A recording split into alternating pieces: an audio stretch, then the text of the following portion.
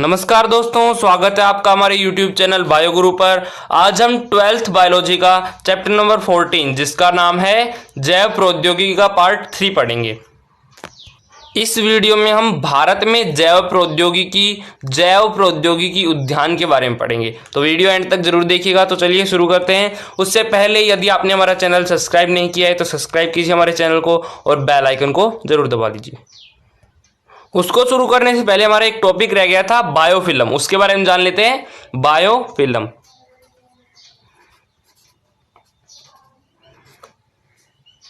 इसकी परिभाषा क्या होती है और ये क्या काम आता है, तो पढ़ लेते हैं। बायोफिल्म सूक्ष्म जैविक कोशिकाओं का एक समूह होता है।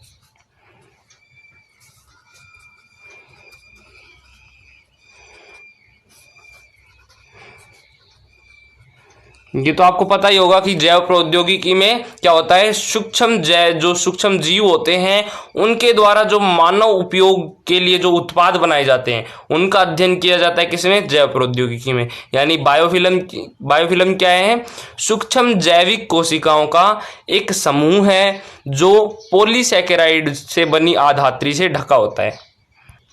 एक बार फिर से रिपीट कर लेते हैं, बायोफिल्म किसे कहते हैं, सूक्ष्म जैविक कोशिकाओं का एक समूह होता है जो पॉलीसैकेराइड से बनी आधात्री से ढका होता है। अब ये बायोफिल्म में सूक्ष्म जैविक कोशिकाएं भी होती हैं और बाह्य कोशिका बहुलक भी होते हैं, यानी ईपीएस। सूक्ष्म जैविक कोशिकाओं और बाह्य कोशिका बहुलक यानी ईपीएस का बना होता है, जो किसके काम आता है, अपशिष्ट जल उपचार। सामान्यतः जो बायोफिल्म होता है वो पानी को शुद्ध करने के लिए काम में लिया जाता है, यानी बायोफिल्म अपशिष्ट जल उपचार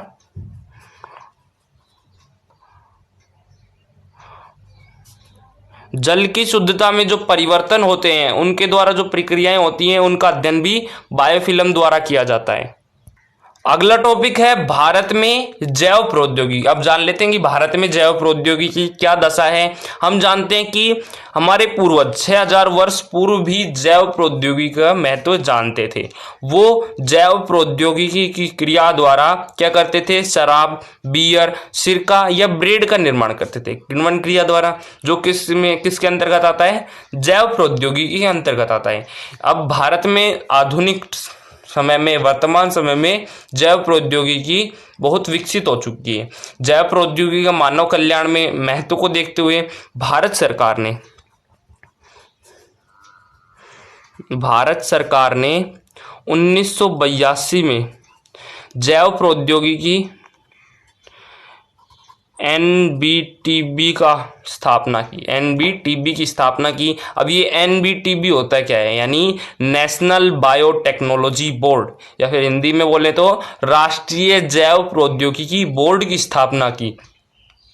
इसके बाद 1986 में स्वतंत्र रूप से डीबीटी की स्थापना की। डीबीटी क्या होती है, जैव प्रौद्योगिकी विभाग, यानी डिपार्टमेंट ऑफ बायोटेक्नोलॉजी या फिर जैव प्रौद्योगिकी विभाग कह सकते हैं। ये 1986 में स्थापना हुई और भारत सरकार ने 1982 में एनबीटीबी की स्थापना की, यानी नेशनल बायोटेक्नोलॉजी बोर्ड या फिर राष्ट्रीय जैव प्रौद्योगिकी बोर्ड।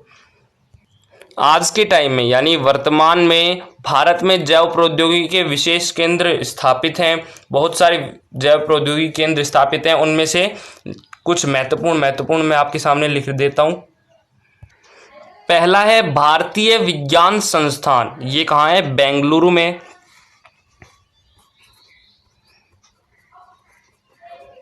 बेंगलोर में मदुरई कामराज विश्वविद्यालय, ये मदुरई में है। बोस संस्थान कोलकाता,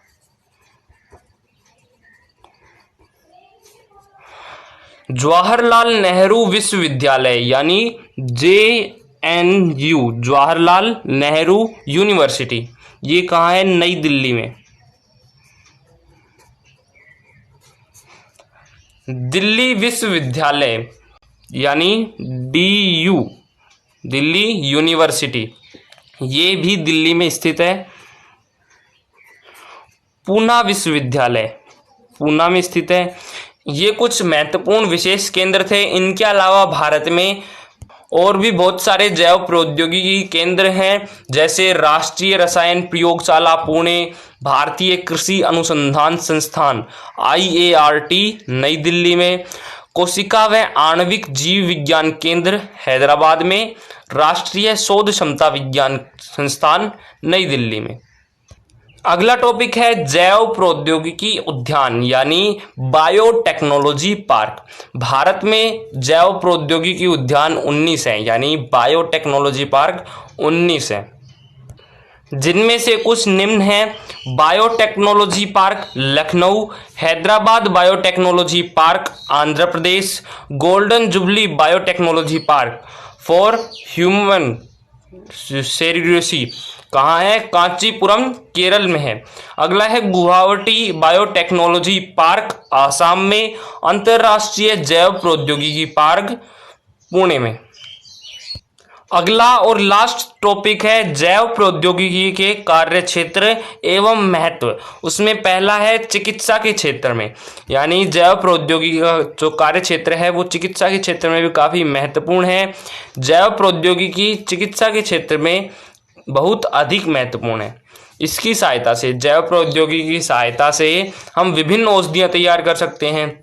चिकित्सा क्षेत्र में विभिन्न औषधियाँ तैयार करके क्या कर सकते हैं? चिकित्सा के क्षेत्र में बढ़ोतरी कर सकते हैं।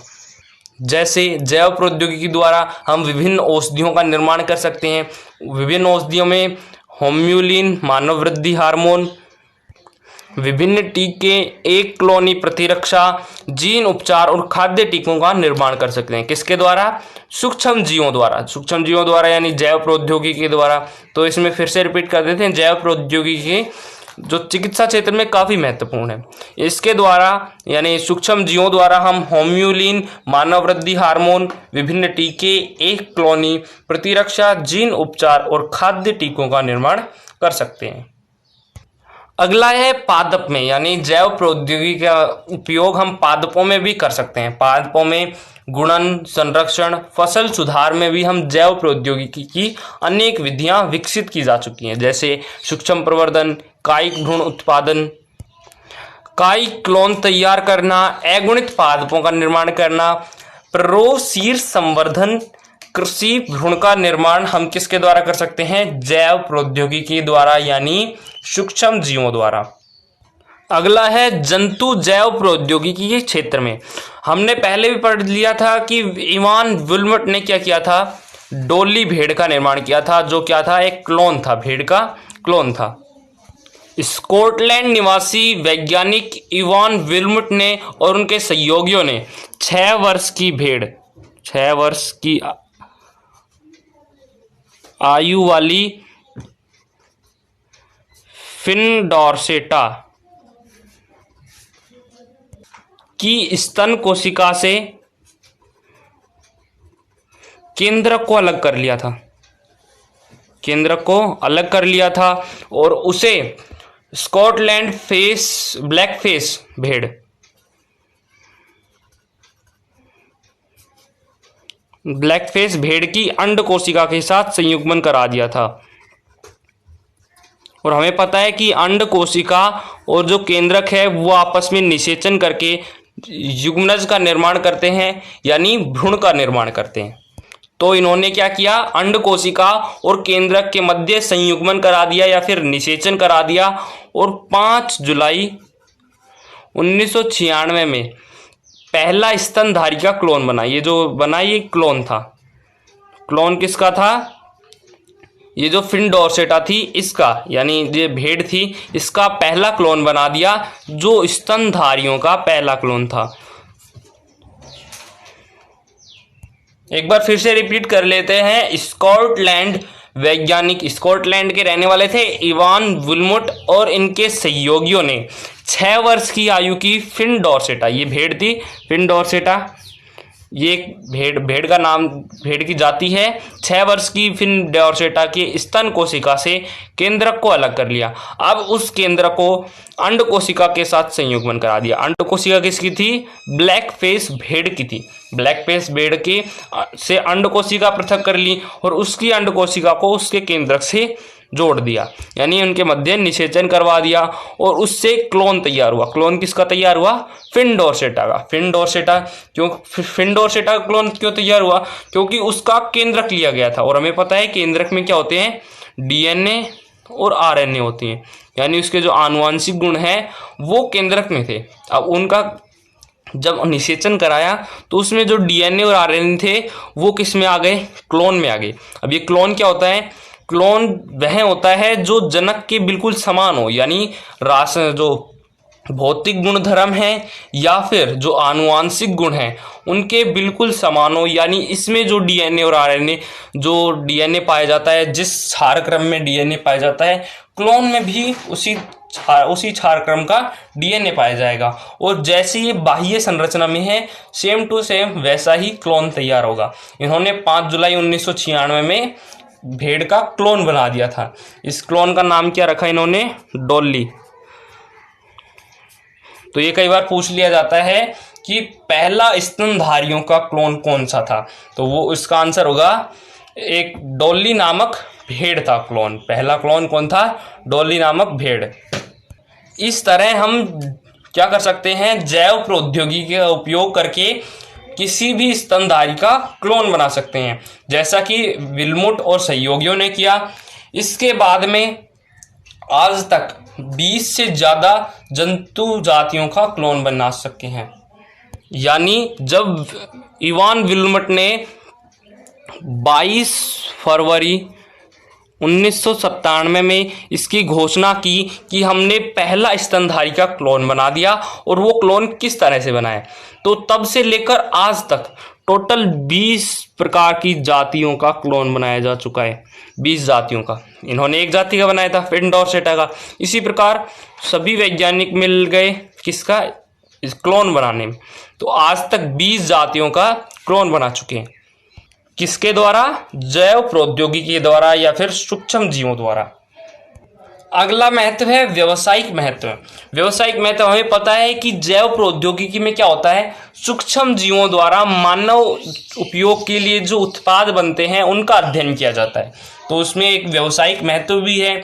हम जैव प्रौद्योगिकी के द्वारा एल्कोहल, एसीटोन, ग्लिसरीन और कार्बनिक अम्लों का निर्माण कर सकते हैं। इनका निर्माण कैसे होता है? कुछ का तो निर्माण किण्वन क्रिया द्वारा होता है। किण्वन क्रिया किसके द्वारा होती है? यीस्ट द्वारा। यानी ये सूक्ष्म जीव है और जैव प्रौद्योगिकी में सूक्ष्म जीवों का ही अध्ययन किया जाता है। सूक्ष्म जीवों द्वारा ये यीस्ट है, इसके द्वारा किसका निर्माण हो रहा है? एल्कोहल का। इसी प्रकार जैसे सूक्ष्म जीवों द्वारा जो मानव उपयोग के लिए जो उत्पाद बनते हैं उनका अध्ययन किया जाता है। यानी जो जैव प्रौद्योगिकी है उसमें व्यावसायिक महत्व भी है। क्यों व्यावसायिक महत्व है? क्योंकि जैव प्रौद्योगिकी के द्वारा हम एल्कोहल, एसीटोन, ग्लिसरॉल, कार्बनिक अम्ल, विटामिन और एंजाइम का भी उत्पादन कर सकते हैं। लास्ट में एक छोटा सा टॉपिक पढ़ लेते हैं, जैव प्रौद्योगिकी शाखाएं। पादप जैव प्रौद्योगिकी, जंतु जैव प्रौद्योगिकी, चिकित्सा जैव प्रौद्योगिकी, समुद्र जैव प्रौद्योगिकी, जैव सूचना विज्ञान जैव प्रौद्योगिकी, भोजन एवं पोषण जैव प्रौद्योगिकी, जैव संसाधन एवं पर्यावरण जैव प्रौद्योगिकी। ये जैव प्रौद्योगिकी कुछ विशेष महत्वपूर्ण शाखाएं थी, इन्हें आपको याद रखना है। यहाँ पर हमारा चैप्टर नंबर 14 जिसका नाम है जैव प्रौद्योगिकी सामान्य परिचय कंप्लीट होता है। अगली वीडियो में हम 15 चैप्टर चालू करेंगे। धन्यवाद।